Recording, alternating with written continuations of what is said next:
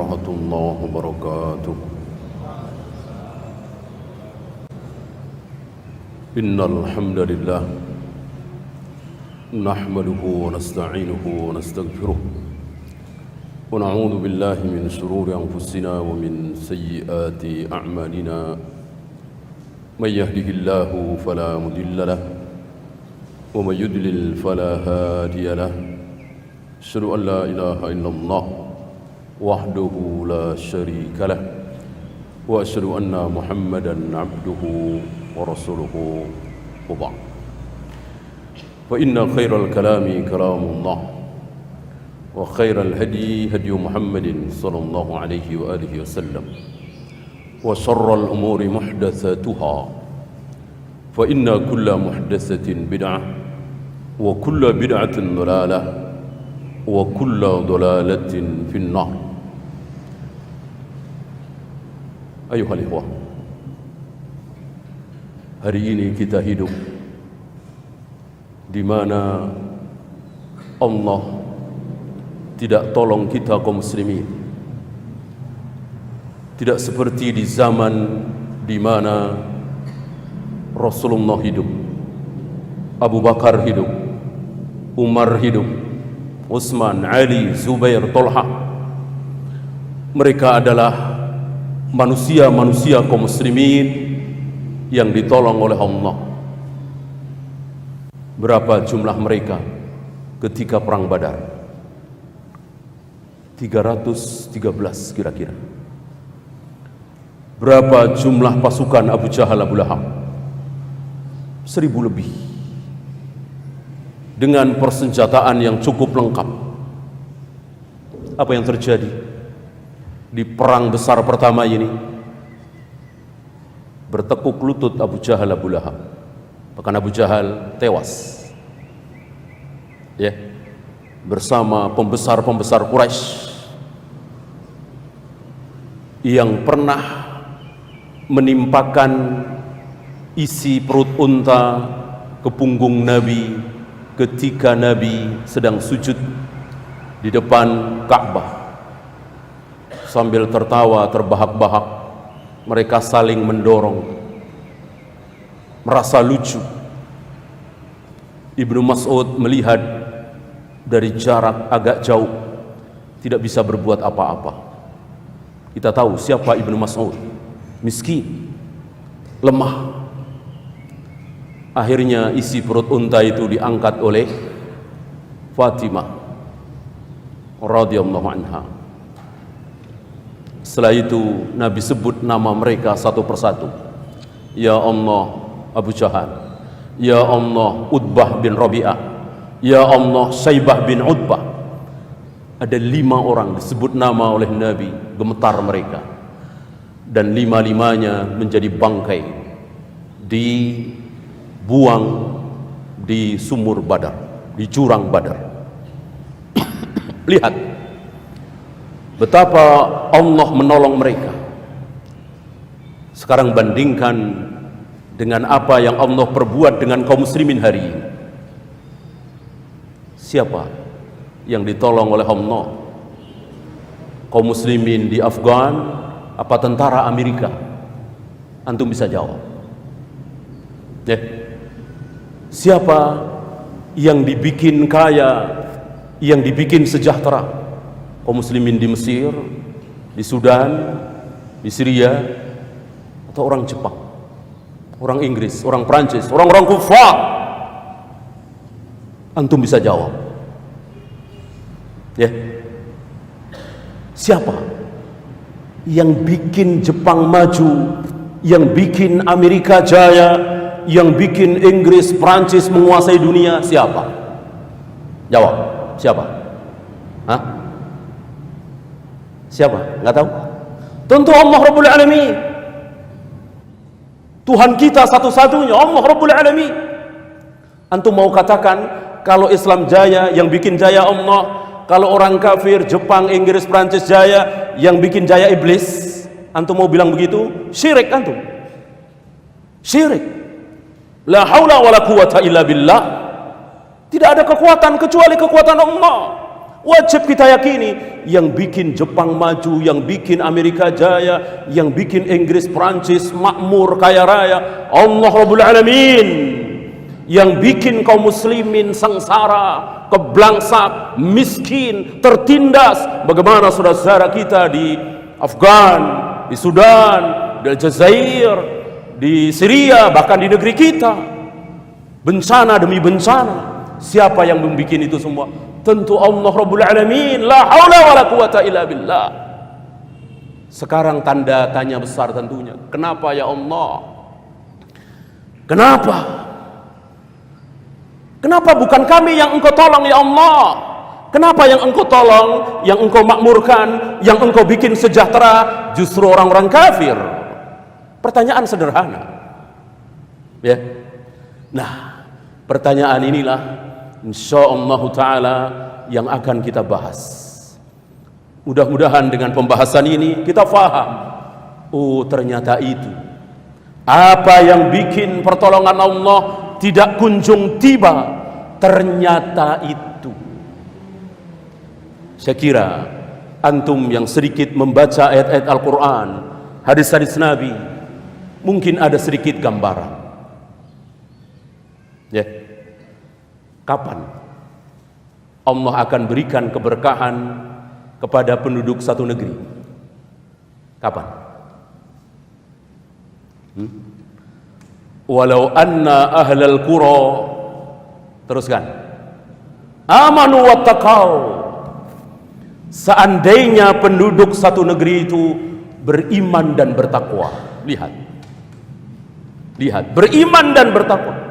La fatahna alaihim barakatim minas sama'i wal ardh. Niscaya kami bukakan keberkahan dari langit dan dari bumi. Lihat. Ini salah satu gambaran. Ini pembukaan bagi kita agar ada jalan. Ternyata pertolongan Allah dimulai dari situ. Maka antum jangan terkecoh, jangan terkena subhatnya orang-orang liberal yang mengatakan Islam pantas saja Islam mundur, Islam nggak ada yang belajar nuklir, pantas saja Islam mundur, nggak ada yang belajar ekonomi, pantas saja Islam mundur, nggak ada yang belajar ilmu ini, ilmu kedokteran, ilmu ini itu. Sekarang saya tanya, dengan apa Rasul dan para sahabat menguasai dunia? Saya kira tidak perlu kita bahas kalau Rasul dan para sahabat betul-betul menguasai dunia. Ditakuti dua superpower dunia, Romawi dan Parsi, dua superpower dunia ini gemetar mendengar nama Rasulullah SAW, bahkan Umar bin Al-Khattab, Umar bin Abdul Aziz, mereka gemetar ketakutan. Antum masih ingat perang Tabuk? Perang Tabuk ada banyak peristiwa, di antaranya tentang 3 sahabat yang tertinggal, Ka'ab bin Malik, Murarah dan Hilal dalam perang Tabuk. Di mana Tabuk? Negeri yang menjadi perbatasan Romawi, jauh dari Madinah. Diapakan Tabuk oleh Nabi? Didatangi. Nabi bersama para sahabat mendatangi Tabuk, menantang Heraklius. 20 hari Nabi menunggu Heraklius di Tabuk. Heraklius tidak berani datang, gemetar, nggak jadi perang. Kalah apa menang Nabi?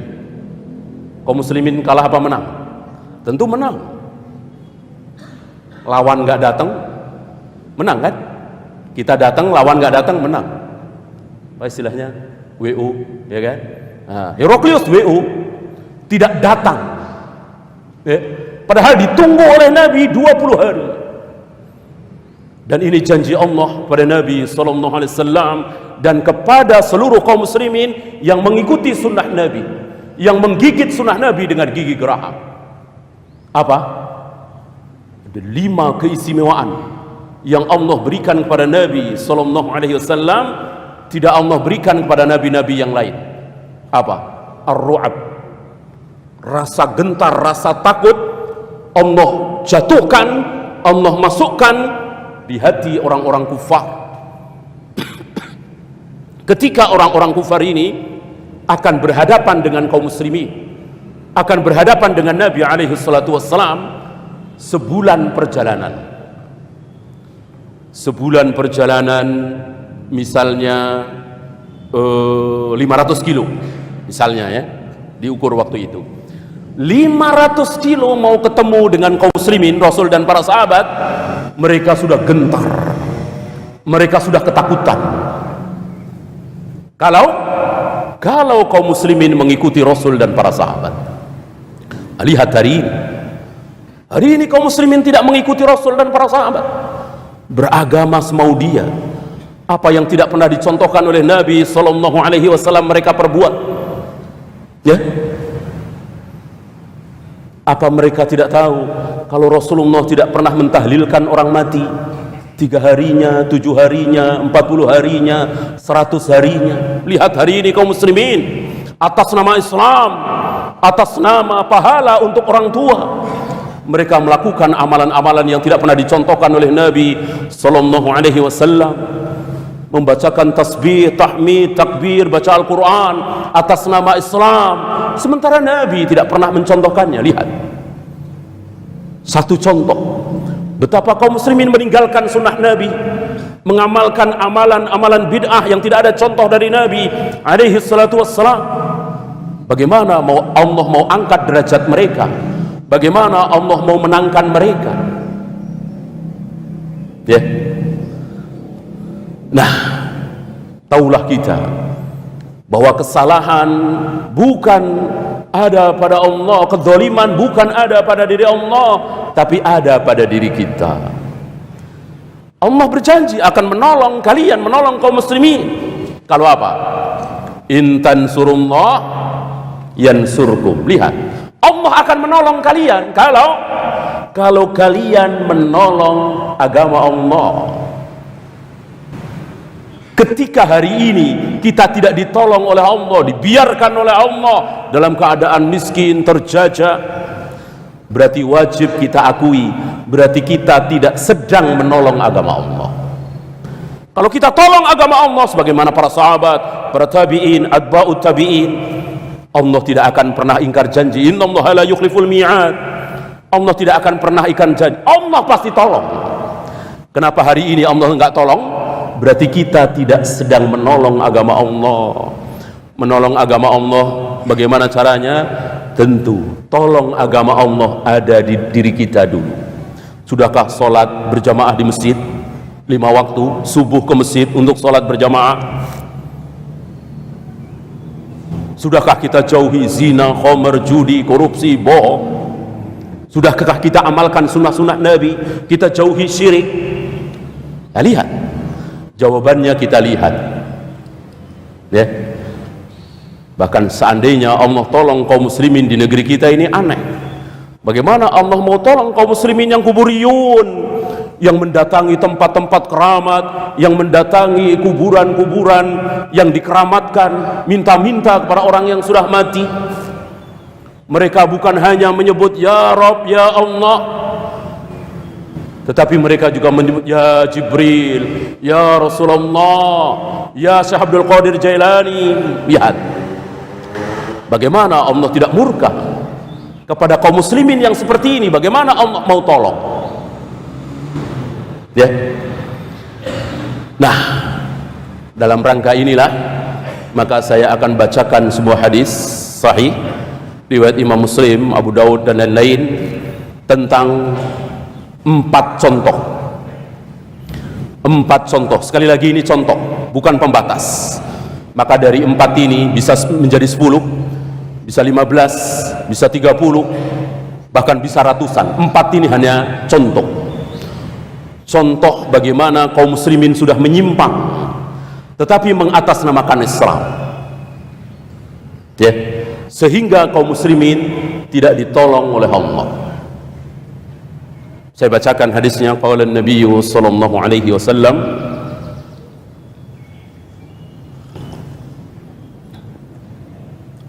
idza tabaya'tum bil 'ainati ketika kalian sudah mulai berjual beli dengan cara inah. Nanti kita bahas jual beli cara inah itu seperti apa.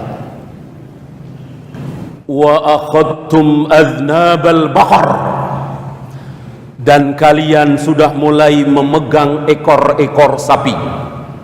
Nanti kita bahas apa yang disebut dua ya. Wa raditum bizzar'i, dan kalian ridho, kalian bangga dengan pertanian. Yang terakhir, wa taraktumul jihad, kalian telah meninggalkan jihad. 4 yang disebut oleh Nabi. Tapi sekali lagi, 4 ini sekedar contoh, bukan pembatas. Bukan berarti 4 hal ini saja yang membuat kaum muslimin tidak ditolong. Apa kata Nabi selanjutnya? Sallallahu alaikum dhullan, Allah akan timpakan kehinaan kepada kalian. Seperti hari ini. Betapa hinanya hari ini kaum muslimin. Betapa hinanya. Ya. Kaum muslimin, perempuan datang ke negeri-negeri kafir. Ya, yang Singapura, yang Hong Kong, yang Jepang, untuk bekerja kepada mereka dan diberi upah menghinakan sekali. Para ulama tidak mengharamkan bekerja kepada orang kafir, tapi hina, sebuah kehinaan ketika kita bekerja kepada orang kafir. Hina. Lihat hari ini perusahaan-perusahaan besar milik siapa? Milik kaum muslimin? Tidak, sedikit sekali. Milik kaum muslimin sedikit sekali. Sementara antum bayangkan, emasnya Romawi hari itu mengalir kemana? Mengalir ke Madinah. Peraknya Parsi hari itu mengalir kemana? Mengalir ke Madinah, sebagai tanda takluk mereka kepada pemerintahan kaum muslimin. Hari ini kebalik. Emasnya Freeport lari kemana? Antum tahu? Tambangnya kaum muslimin lari kemana? Kebalik. Ya. Allah tidak akan mengangkat kehinaan itu. Allah tidak akan. Allah tidak akan mengangkat kehinaan yang Allah timpakan kepada kaum muslimin sebelum hatta tarji'u ila dinikum. Ini jawabannya. Sampai kalian kembali kepada agama yang benar. Sampai kalian kembali kepada agama yang benar. Jadi selagi kita beragama tapi tidak benar, Allah tidak tolong. Contoh mudahnya tadi, mentahlilkan orang kematian 3 hari, 7 hari, 40 hari. Ini agamanya siapa? Rasulullah tidak pernah mencontohkan. Berapa banyak kematian di zaman Nabi? Dari mulai Ja'far bin Abi Thalib, Abdullah bin Ruwaha, Zaid bin Harisah. Ini kan meninggal ketika Nabi masih hidup.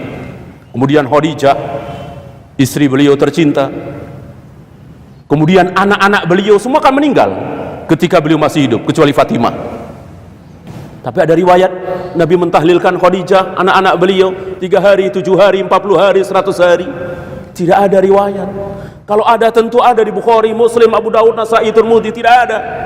Lihat berapa juta saudara-saudara kita atas nama Islam melakukan hal-hal yang tidak pernah dicontohkan oleh Nabi.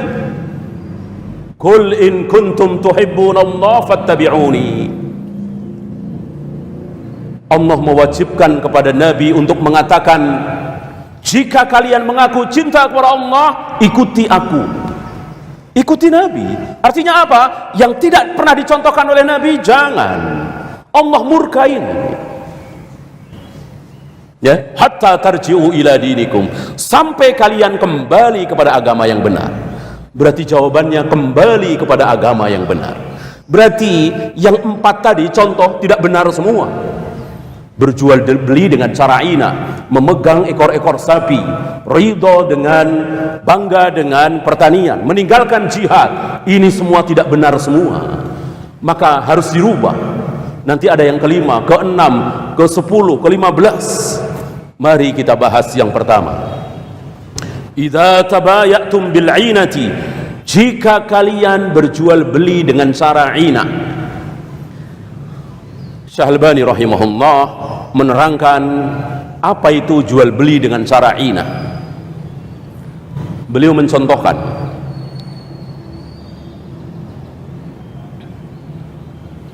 saya membeli mobil 100 juta misalnya,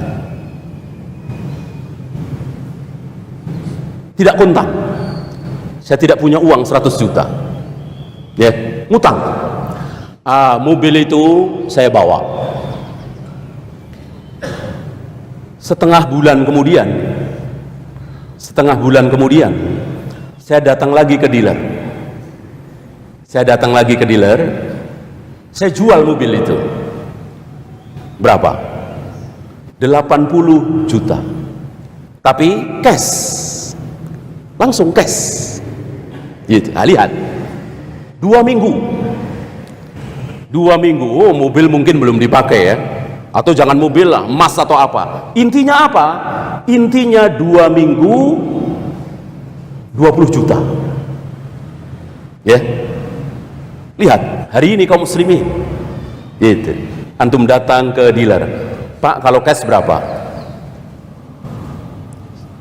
100 juta. Kalau saya mau kredit 110 juta. Lihat. Atas nama apa? Atas nama jual beli.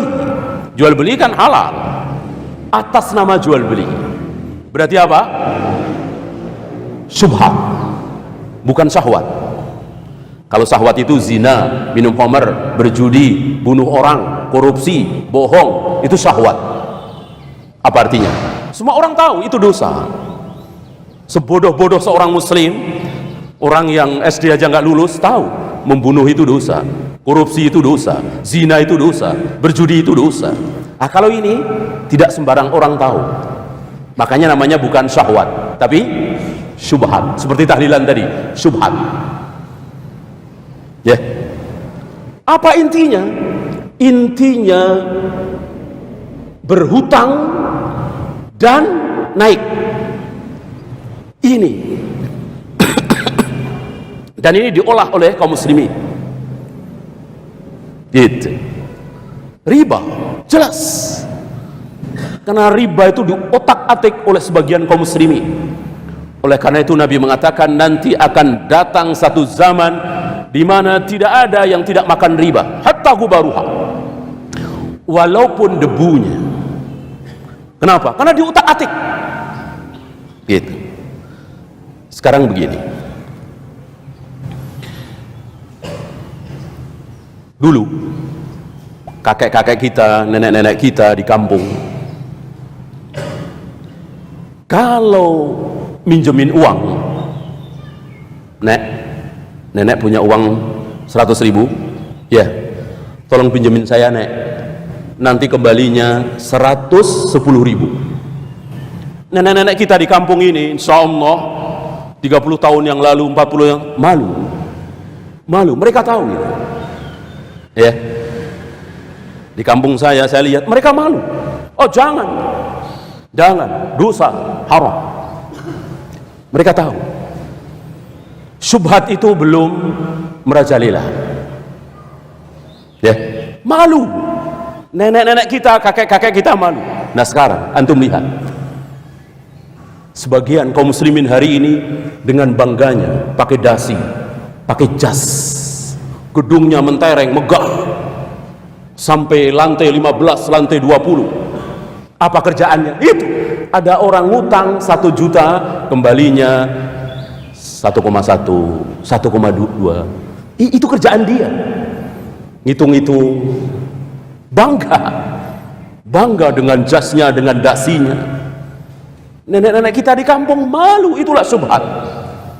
Semakin lama semakin tidak disadari oleh kaum muslimin.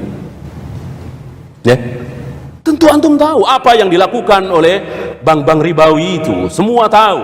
Kalau pinjam 1 juta nggak mungkin kembali 1 juta. Pinjam 100 juta nggak mungkin kembali 100 juta. Ada ribanya. Tapi mereka nggak bilang riba. yusammunaha bighairi ismiha, kata Nabi. Nanti riba dan dosa-dosa itu akan ada diberi nama dengan yang bukan namanya. Lihat di bank-bank ribawi, mereka nggak bilang riba. Maaf Pak, ini ribanya berapa ya? Nggak nanya, ya. Ribanya berapa persen setahun? Enggak. Mereka bilang apa? Iya. Diganti sesuatu yang indah, yang harum, yang wangi, yang disukai oleh wanita. Apa? Bunga. Shadaqah Rasulullah sallallahu alaihi wasallam. Terbukti kebenaran sabda Nabi sallallahu alaihi wasallam. Yusammunaha bighairi ismiha. Kaum muslimin memberikan nama maksiat dengan yang bukan namanya. Bagaimana riba disebut bunga? Subhanallah waliyadu billah. Ya. Bohong. Enggak bilang bohong. Ya. Dibikin halus apa? Bohong dibilang apa? Nggak tahu tuh? Fiktif. Udah bohong bilang aja bohong. Pakai gaya-gayaan fiktif, ya. Udah bilang aja bohong, cerita bohong. Ngapain fiktif? Nabi nggak suka memperhalus maksiat. Nabi bilang zina, pelacur. Nggak ada Nabi memperhalus maksiat. Agar apa? Agar panas kuping ini, agar lari. Allah dan Rasulnya mengatakan pelacur, bagoya min bagoya Bani Israel, bagiyatun min bagoya Bani Israel, pelacur dari Bani Israel. Zina, lihat zina, wala taqrabuz zina. Nggak ada diperhalus. Selingkuh, apa itu? Lihat kaum muslim, yusammunaha bighairi ismiha, mengganti namanya dengan yang bukan namanya. Antum bikin cerita, ya kan? Ngarang itu, bohong kan? Disebut cerita fiktif. Katakan bohong dan tidak boleh, haram. Ngarang cerita kan tidak boleh. Udah begitu subhanallah, ibu-ibu kita, istri-istri kita wajib kita lindungi, ya. Nonton sinetron udah tahu bohong, pakai nangis, ya, meneteskan air mata. Itu ibu-ibu kita, padahal udah tahu itu dibohongi. Bagaimana orang dibohongi kan mestinya marah kan? Ini manggut-manggut, ya, nangis. Lihat, dipermainkan hati kita oleh cerita bohong itu. Begitu juga riba. Hari ini kaum muslimin tidak menyebut riba, tapi bunganya berapa persen, gitu. Nah, alhamdulillah, kira-kira 15 tahun 10 tahun belakangan marak sebagian ustaz-ustaz kita, ulama-ulama kita, kiai-kiai kita meneriakkan tentang riba ini. Akhirnya mereka mengakui riba haram. Maka jalan keluarnya apa? Bank syariah, bank yang syar'i, kata mereka. Ya. Lalu bagaimana? Kan ini haram nih. Kalau pinjam 100 juta, kembali 110 juta. Halal haram? Haram. Ya. Nah, biar nggak haram gimana? Nah, ini yang termasuk ina. Ini lihainya orang-orang Yahudi mengajarkan khilah kepada kaum muslimin. Lihai luar biasa. Ya. Yang pertama memulai ini adalah Yahudi. Dan memang begitu sabda Nabi sallallahu alaihi wasallam, la tattabi'unna sunana man kana qablakum shibran bi shibrin wa dhira'an bi dhira'in. Bahwa kelak di akhir zaman kalian kaum muslimin akan mengikuti orang-orang Yahudi dan Nasrani sejengkal demi sejengkal, sehasta demi sehasta. Ini salah satu kebenaran sabda Nabi sallallahu alaihi wasallam. Apa yang Allah larang kepada Yahudi Bani Israel di hari Sabtu? Dilarang apa? Dilarang mencari ikan di hari Sabtu. Dilarang mencari ikan di hari Sabtu. Orang Yahudi nggak cari ikan di hari Sabtu, tapi pasang jala. Kalau cari ikan kan mancing, ya kan, nyerok, ya kan, atau pakai apa. Ini pasang jala, jalanya dipasang, pergi, ikan masuk perangkap. Ini Yahudi. Ketika Allah haramkan babi kepada Yahudi, Yahudi tidak makan babi, tapi nernak babi. Babinya dijual. Inilah Yahudi. Ini ditiru oleh kaum muslimin. Ini ditiru oleh kaum muslimin. Kan kalau pinjam 100 juta, kembali 110 juta, jelas ini riba. Haram. Ya. Maka dia kali. Saya yang punya perusahaan bank misalnya, ada orang pinjam 100 juta. Balik 110 kan haram. Maka saya bilang, biar halal begini caranya. Lihat, kata-kata biar halal ini sudah menunjukkan masuk haram biar halal. Haram ya sudah haram, tinggalkan. Ini biar halal. Biar halal gimana caranya? Saya nanya sama yang mau pinjam, emang bapak pinjam 100 juta buat apa? Dia bilang, saya mau buat beli mobil. Saya kalau langsung 100 juta nggak ada uang. Tapi kalau saya nyicil 10 juta, 10 juta, 10 juta, 10 juta, insya Allah saya sanggup. Mestinya kalau 10 juta, 10 juta, 10 juta, jadinya berapa bulan? Biar 100, 10 bulan kan? Ini enggak, 11 bulan. 11 bulan. Sama apa tidak? Ya, dibikin seolah-olah jual beli. Bapak mau buat beli mobil kan? Gampang. Mobil yang bapak mau beli apa? Tunjuk. Nanti bapak milih sendiri di dealer. Tunjuk itu. Avanza misalnya ya. Nanti mobil ini saya beli pak ya. Nanti kalau mobil ini sudah punya saya, ya, saya jual ke bapak.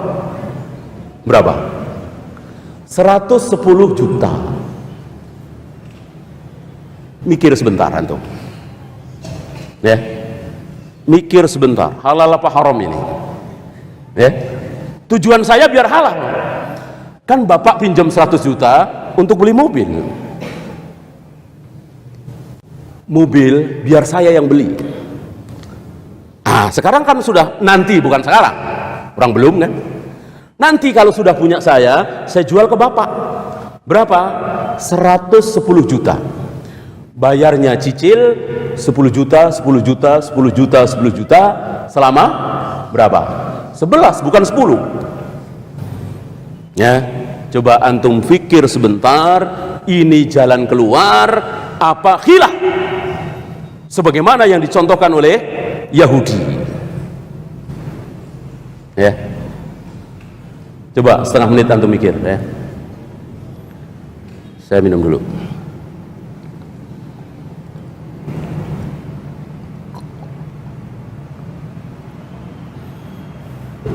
Udah ketemu?